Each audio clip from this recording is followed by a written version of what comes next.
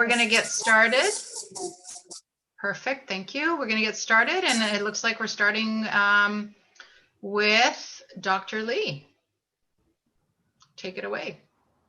Thanks, Lucy. Okay, hello everyone. So for those who are new to the school or who don't really know me, my name is Eun-Young Lee. I am an assistant professor at the School of Kinesiology and Health Studies, working in the field of physical activity epidemiology.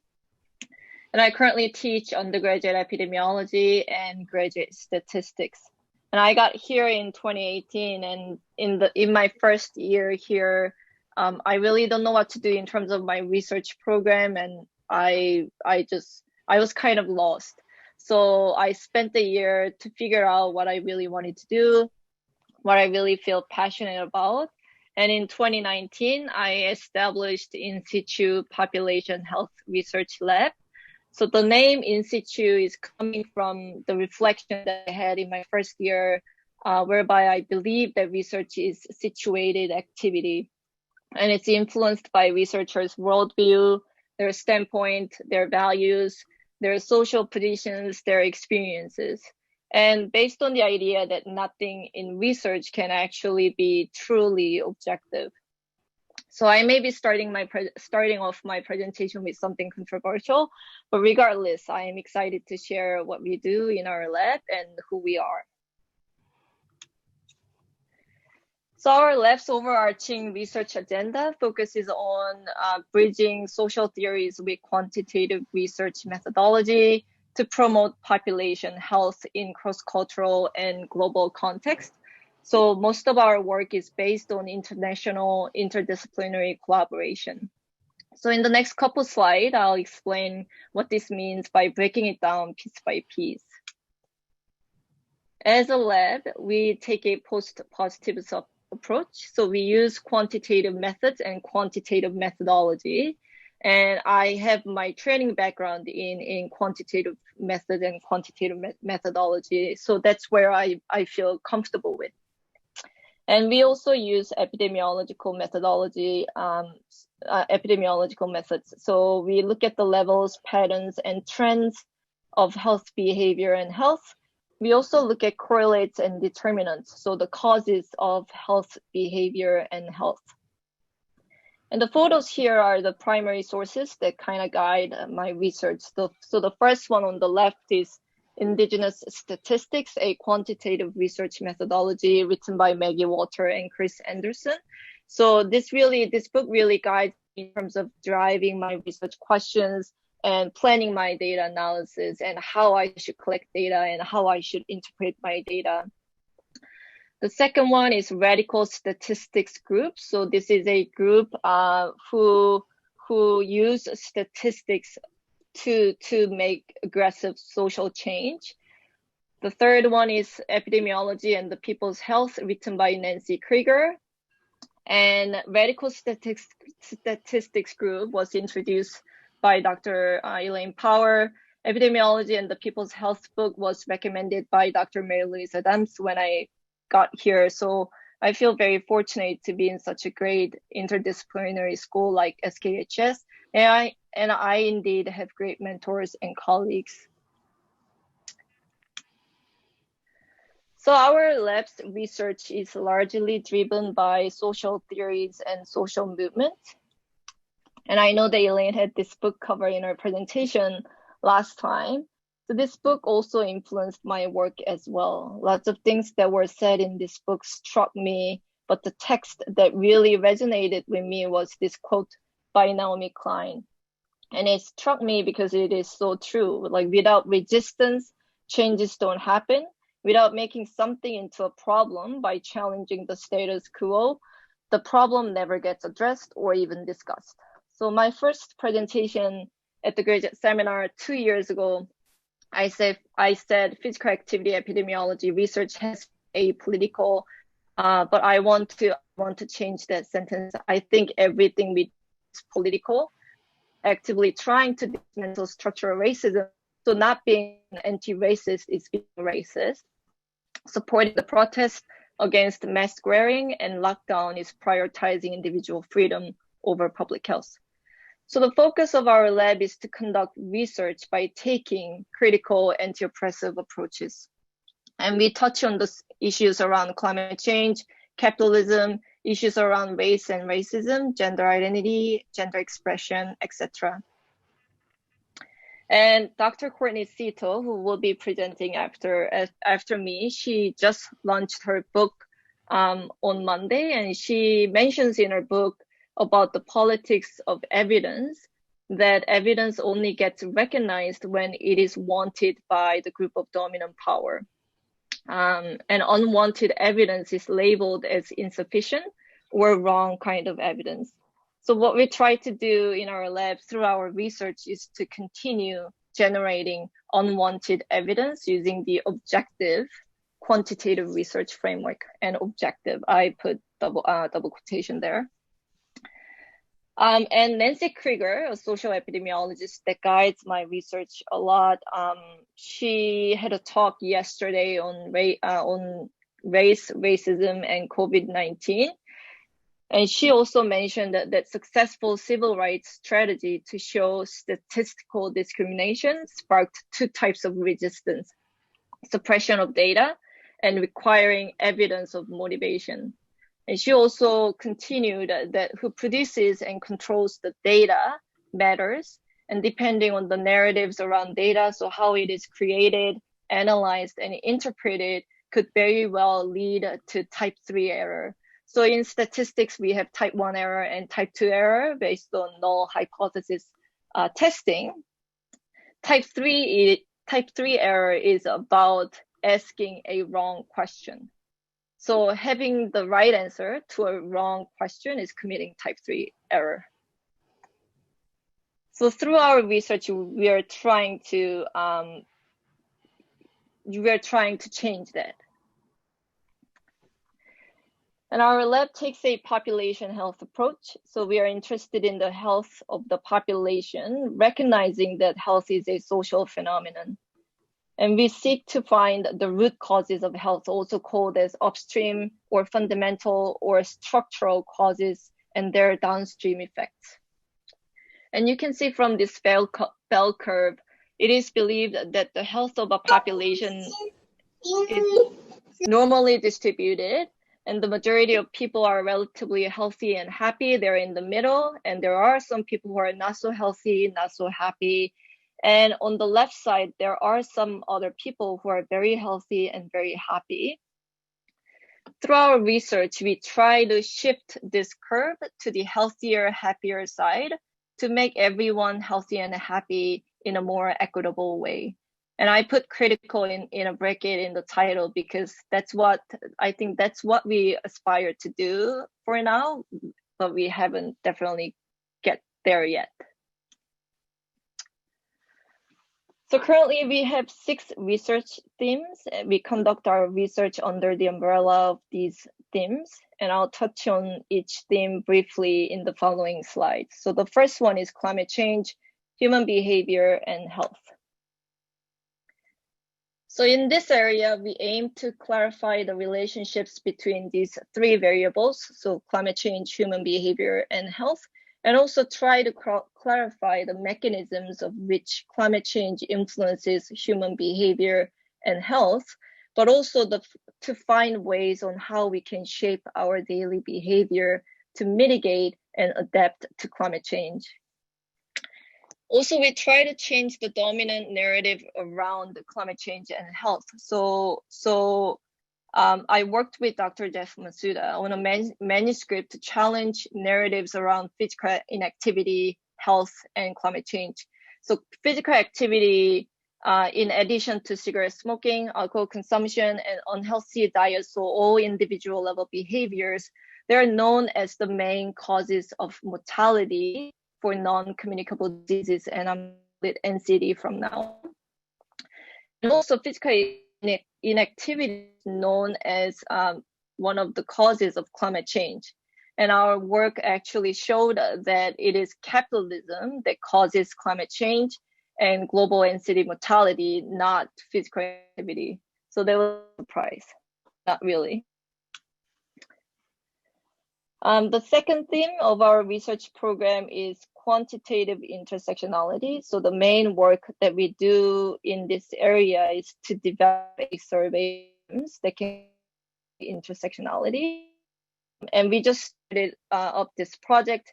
And in this project, we are collaborating with Dr. Courtney Situ, Latimer Chung in our department, and also Dr. Lee Ayrton at the Faculty of Education, who gave us a talk on gender last year as part of this seminar series.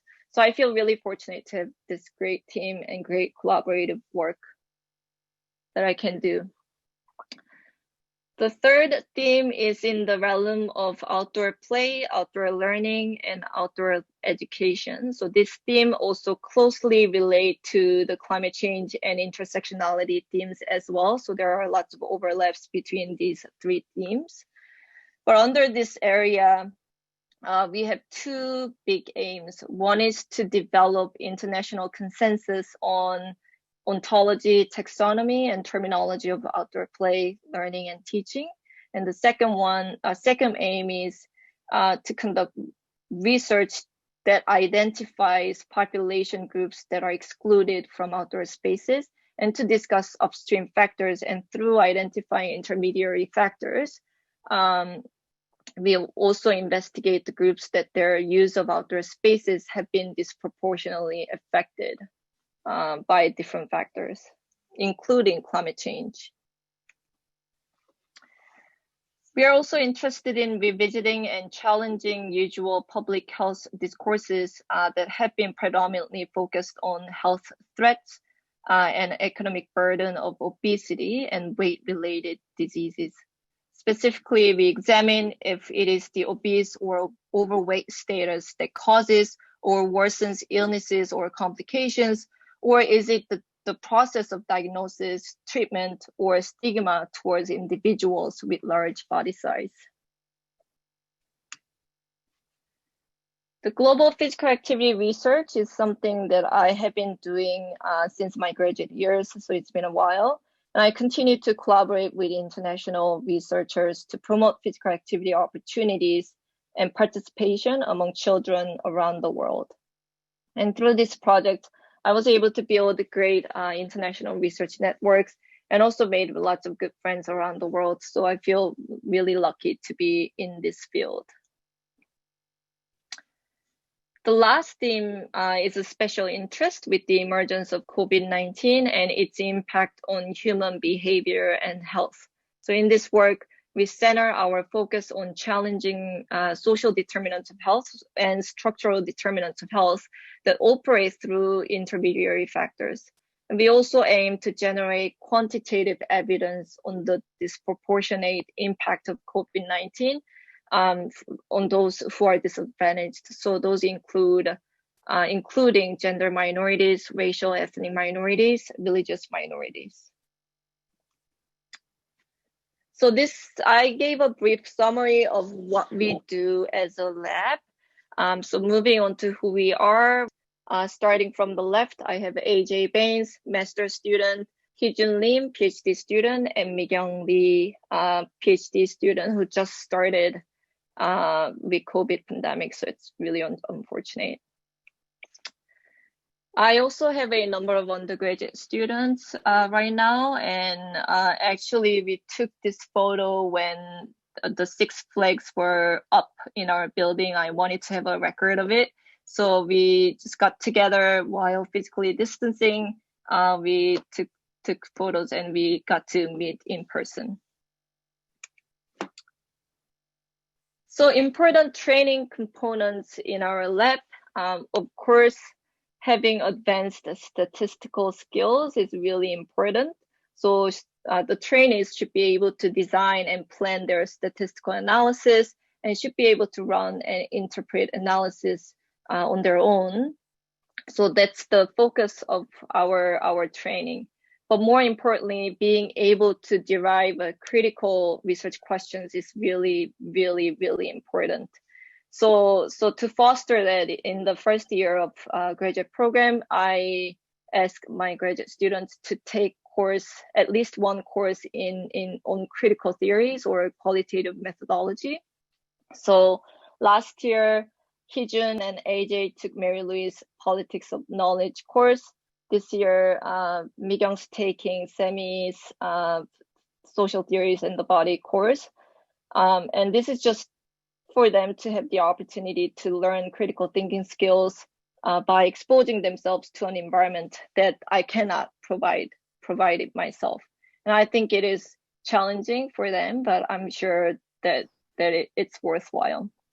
So related to the second point, I also have focused on incorporating social theories and qualitative evidence in quantitative investigation. So that's my expectation from my students, and we try to have that focus in our training. Lastly, our work is largely collaborative.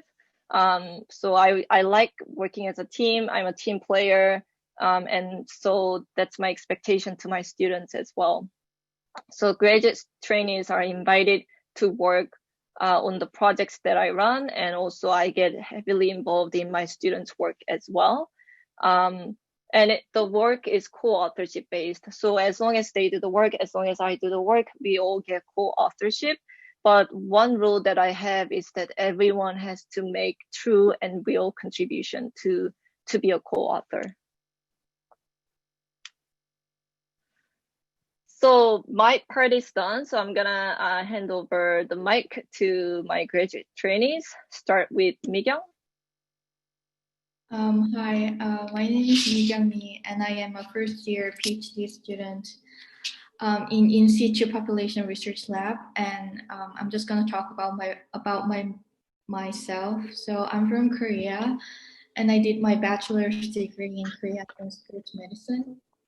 And when I was in Korea, I was interested in athletic training, and I was involved in athletic training lab and wrote my thesis on athletic performance enhancement, which I published in 2017. And after college, I decided to study abroad because kinesiology is a relatively new study area compared to North America. So I wanted to experience more advanced education related to my research interest area. So so that's why I did my master's program at the University of Manitoba. And I did my thesis on group-based exercise programs for older adults in Manitoba because at the time I was interested in health promotion for older adults. Next slide, please. So now as a PhD student, I'm interested in exploring societal and cultural influence on body image, body weight misperception, and eating disorders, and also ways to mitigate stigma towards these issues. And you might wonder, how can I go from health promotion for older adults to this research area? And that's because of my personal experience. So I had an eating disorder for 10 years, but I didn't get help till last year. But I got help last year while I'm just finishing my master's program. And this recovering experience enables me to look at body image and eating disorder as a research area. So that's why I got interested in this study area. Since I have not been doing any research related to my research area, I decided to talk about research work that I've been working on since summer 2020. So I was lucky enough to be involved in our research lab work since I officially started school in September. So for first two systemic reviews, my role was to screen articles either by looking at abstract or full text, and I also did some data extraction work as well. And for the third systemic review, I mainly did the data extraction, and I'm currently writing the result and discussion. And we just started carbon footprint project, and my role here is collecting articles that can be foundation of this research. And the last two projects are the project that I've been working with my previous supervisor at the University of Manitoba. And for these two projects, I made online surveys and analyzed data that we collected. So yeah, that's it. Thank you.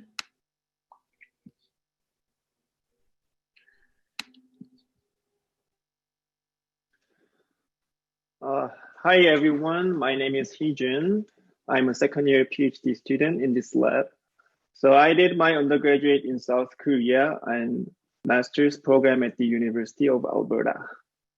My research focuses on intersectionality in sport participation using the quantitative research framework to better understand how individuals' social position based on the intersections of diverse identities create different forms of discrimination and privilege in sporting context.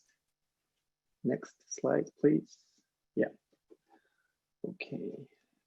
The first part of my PhD dissertation is currently underway. So I'm conducting a scoping review to examine the scope and gaps pertaining to applying intersectionality theory in physical activity research.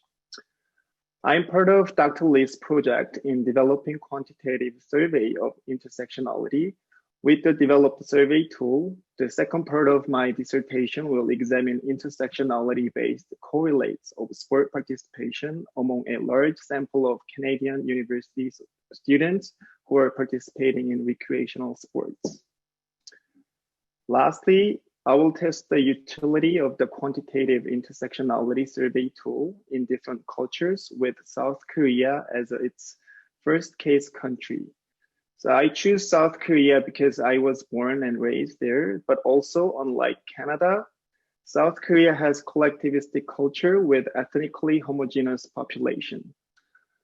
And through this project, I'm excited to see how power, privilege, and intersectional identities of individuals manifest differently across different cultures. Through my dissertation, I'm hoping to identify important intersectionality-based correlates of sport participation that could inform the development of inclusive sport programs and policies that meet the needs of young Canadians with ever-diversifying social identities. I'm also hoping to advance the tool for global utility so that researchers can adopt the tool to collect large-scale population-based data to better identify locally specific challenges and barriers that individuals with multiple axes of marginalization experience in sport participation in different cultures. This is what I'm doing and will do for my PhD program. So thank you for listening. My name is Ajay Bains, and I'm a master's student at the Physical Activity Epidemiology Lab. Just before I get started into my research, I just want to tell you guys a bit about myself. I did my undergrad out in Calgary at Mount Royal University, where I got my bachelor's in health and physical education, majoring in physical literacy.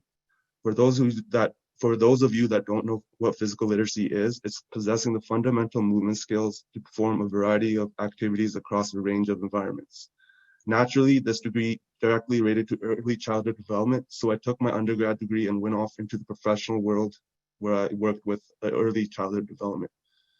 There I got to work numerous amounts of jobs, from physical literacy coordinator to camp coordinator. All in all, I got to be around children a whole lot. While I was working on the front lines, I realized that there was always the same kids that showed up, and there was kids that would show up and not continue to show up. So I wonder why more kids were engaging than others. So this sort of piqued my interest and on what would cause this discrepancy. I want to get off the front lines and increase my knowledge into the engagement of physical activity and movement behaviors in children, so I began researching universities. While I was researching, I happened upon Young's lab and sort of what her research approach looked like. In her research, she looked at sociological factors that influence physical activities and movement behaviors. This directly aligned with my undergrad thesis project, in which I looked at Sikh immigrants' health and wellness in India compared to immigrating to Canada. After that, I believe that this undergrad thesis project was what sparked Young's interest in me, and from there, pretty much the rest is his history. So this sort of brings me to my research interest at Queen's, which is the inclusion and equity in health, movement behaviors, and outdoor play. So the conceptual framework I used to do my research is the social ecological model of health, which says that individuals' health and wellness is determined by a myriad of factors, from internal factors such as gender, race and sex, all the way to policy level factors, some of which we are seeing currently in the new COVID regulations. My research had, so the next slide, please. So my research sort of had to pivot and change due to the pandemic. I was originally slated to go into schools, but schools are dealing with their own challenges right now. So I sort of didn't want to leave it to them for me to go in and collect data. So I sort of, I'm sure many of you are in the same boat. So I had to sort of pivot my research focus. So my new focus is the associations between parental concerns and social status and the movement behaviors during COVID-19. Within this research, I will look at parental concerns of screen time and physical activities and the myriad of social status variables such as immigration status, visible minority status. We all know there's issues with that. Parental education level, and of course, the policies related to COVID-19. I will see how these exposures influence the outcomes of physical activity and screen time. That's just a little thing that epidemiologists love to use, is exposures and outcome. We're very linear in that thinking, but it makes it nice and simple for me.